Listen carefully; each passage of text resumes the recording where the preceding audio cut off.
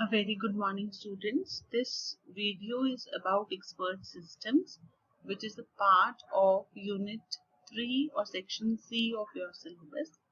Expert systems, as we all can understand from the name itself, are those softwares which can act on behalf of an expert in a specific area for solving a specific problem. For example, we consider medical diagnosis, which is also covered in prologue. In medical diagnosis, there is a software which can help you diagnose the disease by asking you for different symptoms. Now, generally, this task can be performed only by the doctor, and a normal individual cannot diagnose your diseases. That is, this task of medical diagnosis is belonging to an expert, and only an expert can perform it. Similarly, if you have an x-ray, you need a radiologist or a proper doctor of that area of the body for interpreting your x-ray. Anybody, any individual, they cannot read the x-ray and tell you. Now, expert systems are not only restricted to medical fields, but even in business, when managers are involved, whenever decision making is required, there are decision support systems which can help those managers in order to make better decisions. Now, these expert systems, they will not replace the expert. This is a very important thing that we have to understand. They can only help in uh, dealing with the crunch or dealing with the shortage of the experts, or we can say they can supplement the experts. I'm sorry, not supplement, complement the experts. That is, whatever task the expert has been assigned, they can help in minimizing the load. But if we say that after such a software has been developed, then expert is not required, that it is not so. So it can help in enhancing the productivity, and it augments the workforce, and it doesn't replace the workforce. This is very important that we have to understand. Then next,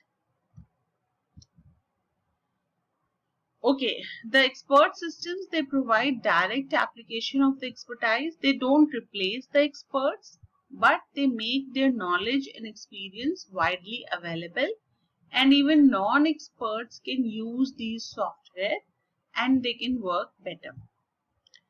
Now the expert system, okay, let us move to the next slide. Okay. In an expert system, there is a expertise. Then the experts will transfer this expertise to the expert system.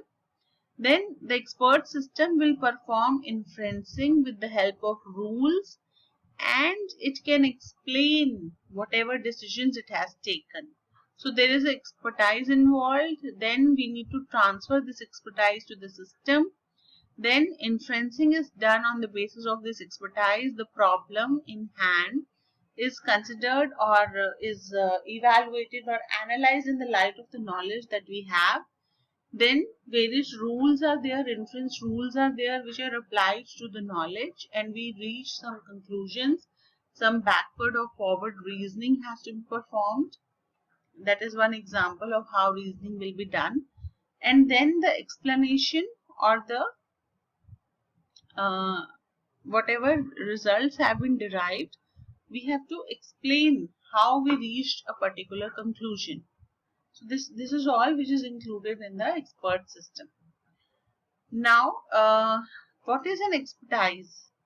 An expertise is the knowledge that we have related to a particular field. It consists of rules, the strategies, meta knowledge, facts.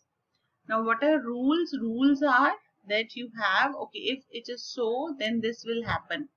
There are some universal facts which are available. There are some derived facts which are available. So, all the rules, the knowledge that we have, that is the expertise.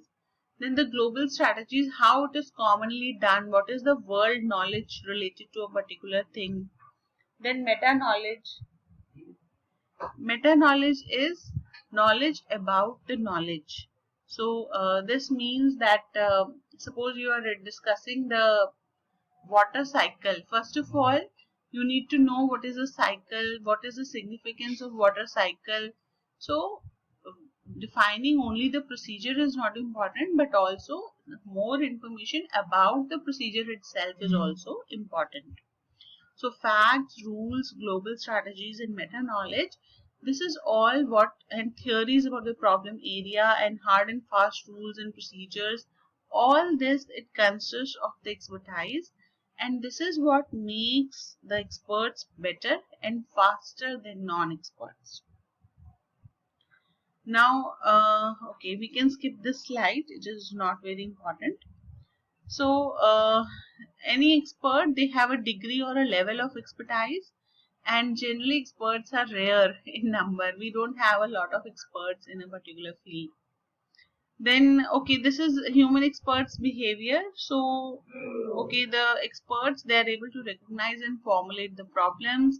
They can solve problems quickly and properly, explain the solution, learn from experience, restructure the knowledge, break the rules or stereotypes, then determine the relevance and degrade gracefully.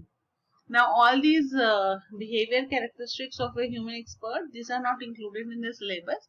I will sharing these slides with you, so if you want, you can refer to the slides. Alright, transferring of expertise. Alright, transferring of expertise is concerned. In this, the objective of an expert system has to be determined. First of all, for what problem the expert system is being developed, what task it will perform, that has to be clear. And then what are the activities involved in the expert system transferring of expertise.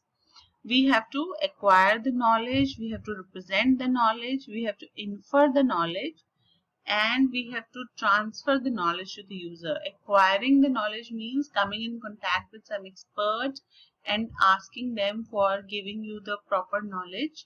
Then how that knowledge will be represented inside the computer. Then how the reasoning or inferencing will be performed, and then how the final user of the system is going to interact with the knowledge base. So these are the steps which are involved in transferring of the expertise. Then moving ahead. Okay, there are two types of knowledge. One is facts and one is procedures, that are rules. If you remember prologue, facts are simple facts, like we did the example in which we asked the prologue system, what does Prakash like? So we define various predicates like edible chocolate, edible toffee. Those are facts because we are not trying to inference anything. We are just telling the system, okay, this is true. This particular sentence, it has a truth value of true. And procedures are rules, like we define the clauses, like we defined likes Prakash X. And then we define, okay, if X is edible and X tastes sweet, then Prakash will like it. So these are the procedures or the rules, that if this is true, then we will do this. So we have facts and procedures involved in our knowledge. Okay, now inferencing. Inferencing means reasoning or thinking how we reach a conclusion. So inferencing has to be taught to the computer. Computer is not intelligent on its own. So we have to tell the computer how this knowledge is to be inferenced. And for this we have an inference engine in the expert system. Then the rules. Okay, the rules, they have the form of if then else, and in this we have a precondition which has to be satisfied for application of the rule, and there is a post condition which will be generated after the rule has been applied. And it is the rules which provide the explanation capability to the system. Now the structure of the expert system, it is an important topic, architecture or structure of an expert system. So there are three major components. These are not the only components in the expert system, but these are the main components of an expert system. The expert system will consist of the knowledge base, it will consist of the inference engine and the user interface. The user interface is where the user is going to interact with the system, and it has to be the front end of the system also, where the expert will feed the knowledge into the system. So it is an interface for the expert as well as the non-expert, where how they will interact with the computer system or the expert system. The inference engine is where the conclusions are drawn, the reasoning is performed. So it is the brain of the expert system. And knowledge base is the memory of the expert system, where all the knowledge will be stored. Now, apart from these three important components which we have done, knowledge base, inference engine and user interface, there is a knowledge acquisition subsystem where the expert will be feeding the knowledge. There is a Blackboard where the intermediate reasoning steps are involved, or it is a workspace where the various conclusions are or the reasoning steps are performed. Then explanation subsystem is there which will justify how a conclusion was reached. Then knowledge refining, whatever conclusions we derive, based on it we keep on refining, we keep on learning from our experience, and we keep on updating our knowledge. And lastly, the user is involved who is going to use the system. So generally a knowledge acquisition system, knowledge base, inference engine, user interface, Blackboard, explanation. These are a must. Knowledge refining may or may not happen. It might be manual process, it may be automatic. That again is a topic of research, and the user has to be there in the expert system. Okay, now the knowledge acquisition subsystem, it is known as the accumulation, transfer and transformation of the problem solving expertise from experts and or documented knowledge sources to the computer program. Basically, knowledge acquisition is whatever knowledge is possessed by the expert or it is present in the document form that has to be converted into a form that can be understood by the computer, and this step is generally performed by a knowledge engineer. Now the knowledge base, as we have already discussed, it consists of facts and it consists of rules. Two things are there. Then the inference engine is the brain and it consists of the control structure or the rule interpreter, and it provides the methodology for the reasoning. So now inference engine, it consists of three major elements: interpreter, scheduler and consistency enforcer. Interpreter is the one which is going to interpret the knowledge. Scheduler is the one which is going to the scheduler is the one which is going to schedule how the different inferences will be drawn. It will organize the knowledge system. And then we have the consistency enforcer, which will ensure that there are no contradictions in the inferences that we are drawing. Okay, then moving ahead, the user interface, it consists of language processors for friendly problem-oriented communication. It involves natural language processing or graphics and menu so that the user can interact with the expert system. The Blackboard is the working area of the memory where the problems are going to be analyzed and solved. Then the explanation subsystem is why we are doing something, how, what.